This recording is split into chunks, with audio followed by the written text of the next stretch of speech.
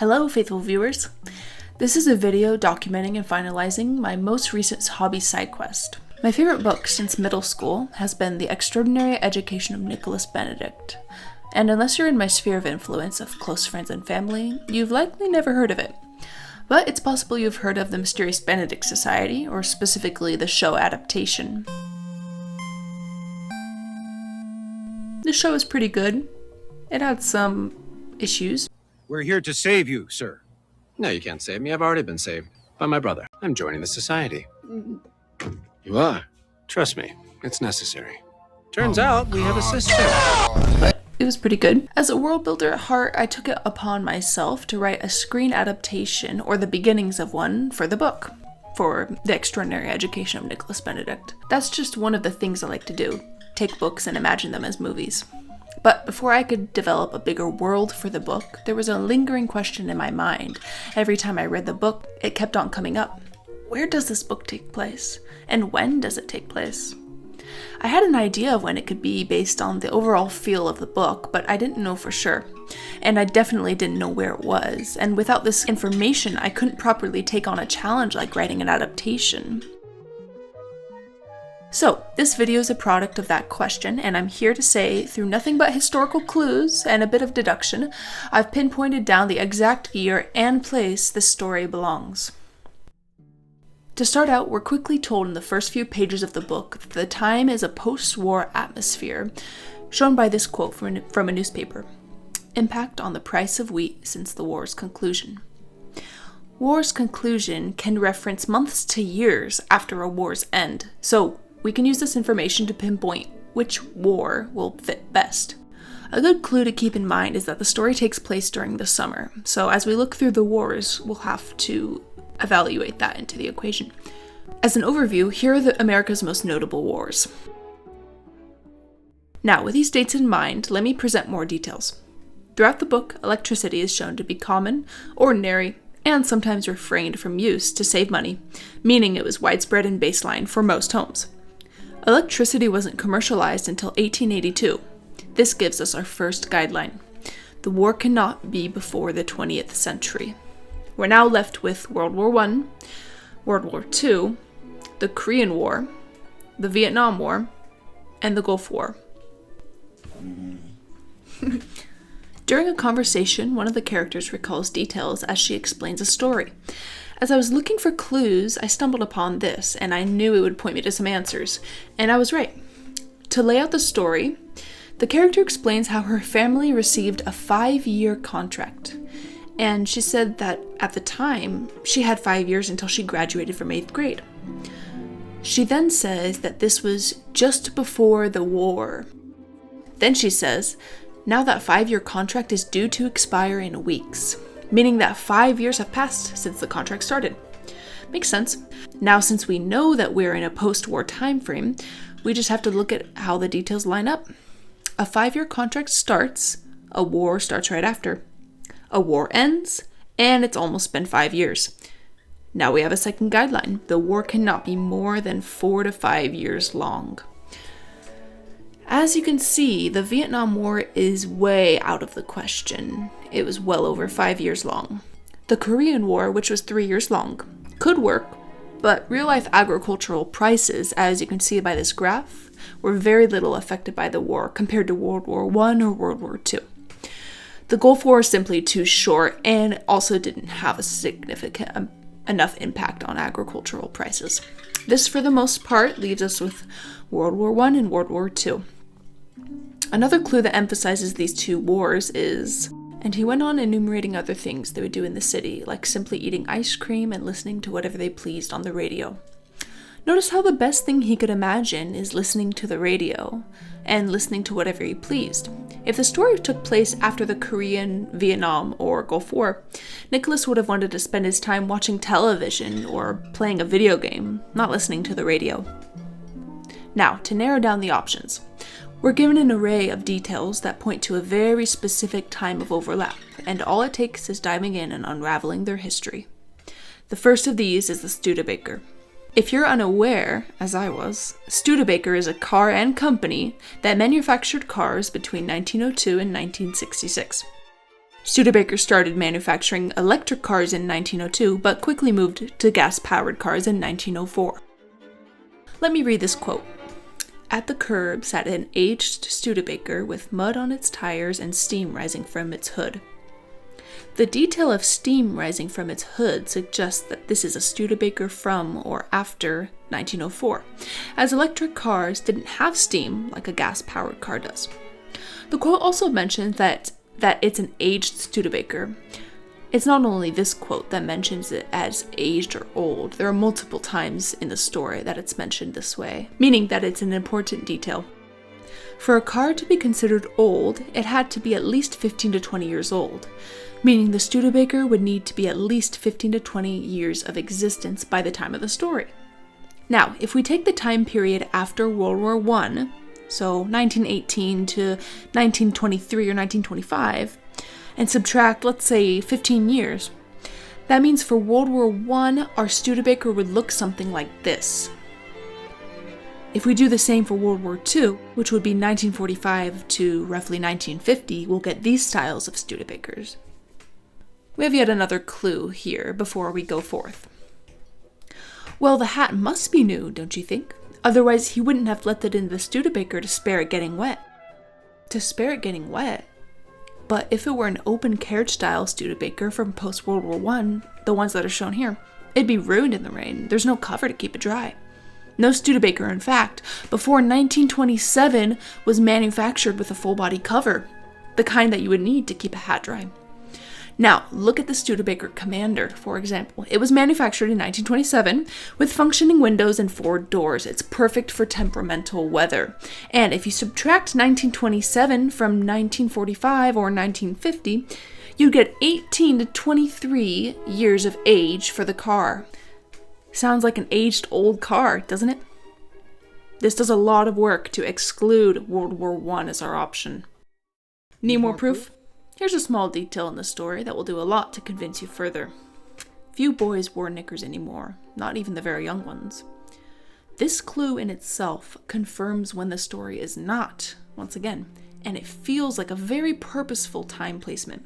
Knickers were at their peak popularity around the 1920s. By the 1930s, they were declining in popularity, and by the early 1940s, they were almost never worn.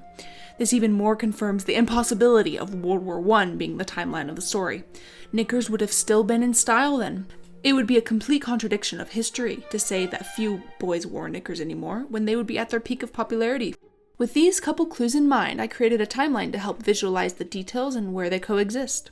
See the overlap? A time when Studebakers were manufacturing long enough to have these types of cars be considered old.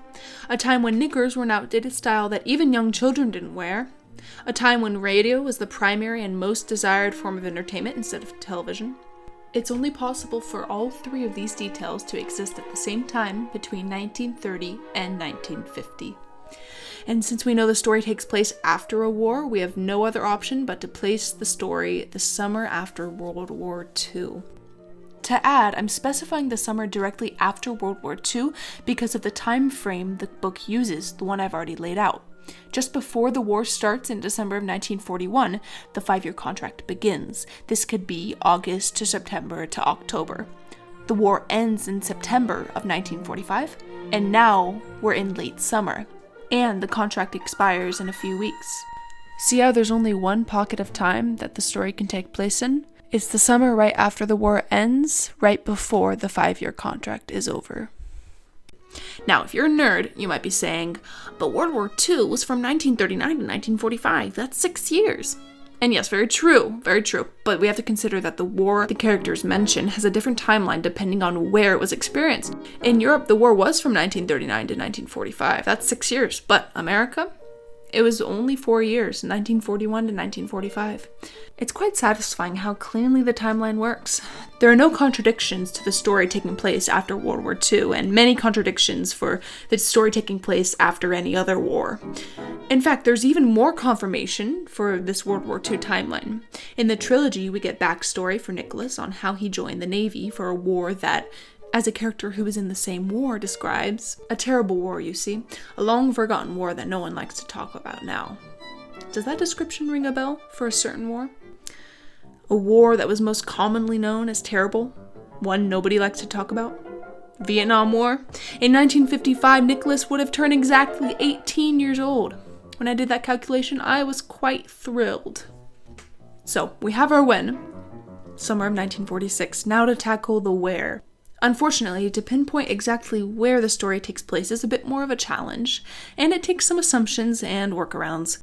But for one thing, we know for certain the story takes place in America. There is a mention of a character traveling to Europe on a vacation, and in the main trilogy, one of the characters stows away in a boxcar from Chicago. Here they describe Chicago locally, instead of maybe America, if you were referencing it from somewhere else, and mention Europe foreignly, instead of England or Spain, if you were referencing it from inside Europe. Here's the next array of clues that are very, very important to find out where this story takes place. Because we have a lot of details for geography and infrastructure, I'm going to lay them out and let the pieces fall into place. And I'll use this visual map to show which states get the most emphasis. 1. The town the story is based in has a nearby city with a harbor, as mentioned in the trilogy. This removes all Midwestern and inland states in America, and it leaves us with the West Coast, the Gulf Coast, and the East Coast. 2. The cover of the book has an illustration of the Atlantic Coastline Streamliner, a train that ran from New York to Florida in the early to mid-20th century.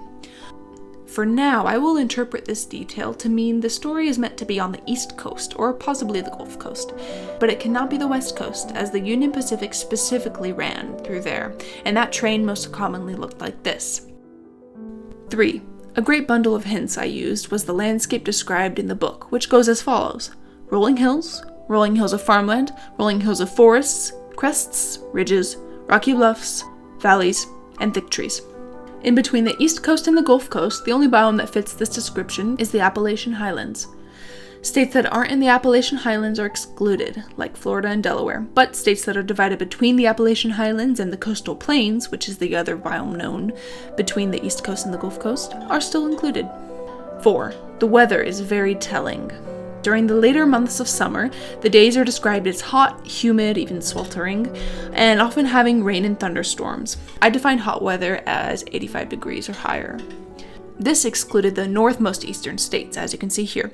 States like Maine, New Hampshire, Vermont, and Massachusetts. The winters, described both in the prequel and the trilogy, are mentioned to be cold and snowy. This excludes the southernmost states that don't have many inches of snow per year, like North and South Carolina, Georgia, Alabama, and Mississippi. With these exclusions, we are left with, for the most part, only New York and New Jersey. They both have harbor access, Appalachian Highlands geography, hot stormy summers, and cold snowy winters. 5. This clue muddies things a little. I'm going to introduce it by reading a snippet of dialogue from the book. I assumed directorship of the manor only this spring, as I'm sure Mr. Cuckoo told you. The manor? Said Mrs. Ferrier with a confused look. Forgive me, Mr. Calm said. You must know the orphanage as Rothschild's End, or Child's End as it's often abbreviated.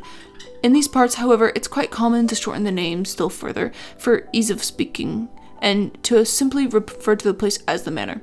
The residence at Child's End is the only manor in the area, you see? So this leads to no confusion. The only manor in the area? That's a weird way to reference things, I was thinking. Unless you live in a state or region that's known for having multiple manors or grand estates in one area. Wait, that sounds like a clue. Both New Jersey and New York have mansions and grand historical estates, but New York is specifically known for having many mansions or grand estates in one region, like the Gold Coast mansions of Long Island and the mansions along the Hudson Valley River. New Jersey has grand estates and mansions and everything, so it's still a viable option, but it doesn't have the same amount of clustered grand estates and mansions that New York has. 6. Many characters in the book have detailed how a train ride to the largest city in the region, or the biggest city around, is a half-day's trip. Wait, a half-day's trip on a train to a big city through your state? To a big city in the same region? The average speed of a passenger train in the 1940s, specifically after World War II, was at 60 miles per hour. A half-day's trip usually lasts 7 to 8 hours. Let's say the train drove for 5 hours. We'll say that there was 1 hour of arrival and departure, and 1 hour of making stops at the towns. 5 hours of driving at 60 miles per hour would mean a 300-mile ride. But let's be generous. Maybe the train rode at 30 to 40 miles per hour because it's only taking middle-class citizens from city to city. 30 to 40 miles per hour for 5 hours is still 150 to 200 miles of land to cover. New Jersey is 150 miles long. It's not even 200. You wouldn't travel from the top of the state to the bottom of the state and call the city you're going to the biggest one in the region. You're traveling across the entire state. However, looking at New York, you could very well travel 150 to even 300 miles to, say, New York City, and from a small town, you could call that the biggest city around or in the region. New York City is sort of the biggest city in the whole state, not just the region, but I don't think that devalues the claim enough to be worried. So we've pinpointed down, it has to be New York. There's really no other option. You really have to stretch the truths and do a lot more work around than I had to do to call it anything else, and I think it's a pretty satisfying answer. Well, we have it. New York State, 1946. A time and place for a world to be developed. I worked on this for about a month, but it was honestly worth it. I improved my sleuthing skills and attention for details, as well as my efficiency in perusing legally obtained PDF versions of things. And now you can tell your friends about the history and geography of a book you've never read. I hope you enjoyed and learned something. Thanks for watching.